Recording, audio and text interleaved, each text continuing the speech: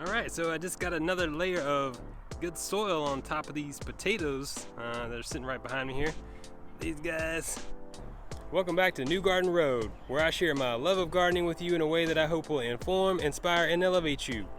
If you like what you see and you want to see more of it, please subscribe to my page. Anybody out there seen my video, how to plant potatoes in a raised bed? This is the continuation. We have a short growing season for potatoes here in Central Texas in the spring. You want to get them in around President's Day, and they're going to be mature about the end of May. It's getting real hot and dry typically at that time of year, so you don't really have a long window for them to grow in. That's going to kind of stop them. The growth on these potatoes got away from me. You really want to have the sprouts out of the ground about 5 or 6 inches and dirt them up gradually over the course of a few weeks.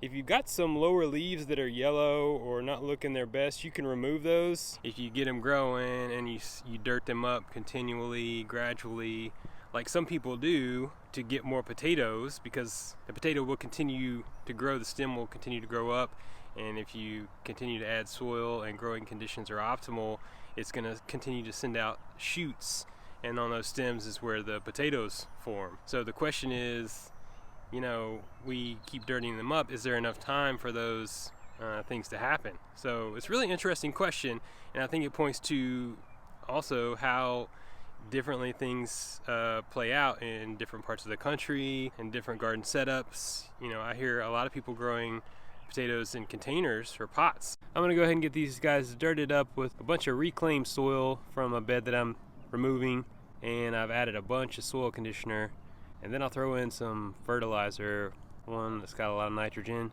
gonna promote bigger potatoes. After putting down all that soil, side dressing these plants, I'd like to gently shake each plant, get some of the excess soil off of it, make sure everything's in good shape. Just being real gentle. Along the way, I'm brushing in some of the soil from the edge of the frame of the bed, working that back in there. I do the raised bed gardening, and I like to get the seed potatoes planted deep in as close to the bottom of my raised bed as possible. That's why I like to cultivate the subsoil. It gives me additional depth, and by getting those potatoes set low, then I can add soil and essentially dirt them up as they grow, and I get about probably 6 to 8 inches of growing room for the potatoes.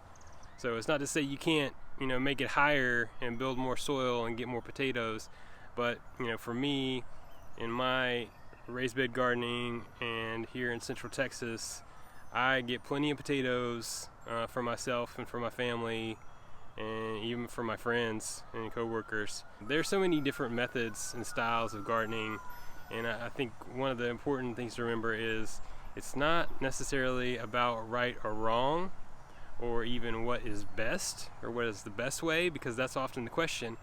It's about what is successful for you, and that's what's important. Anyway, that's all I got for now.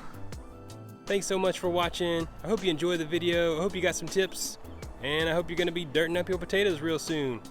Leave me a question or comment below, and please subscribe.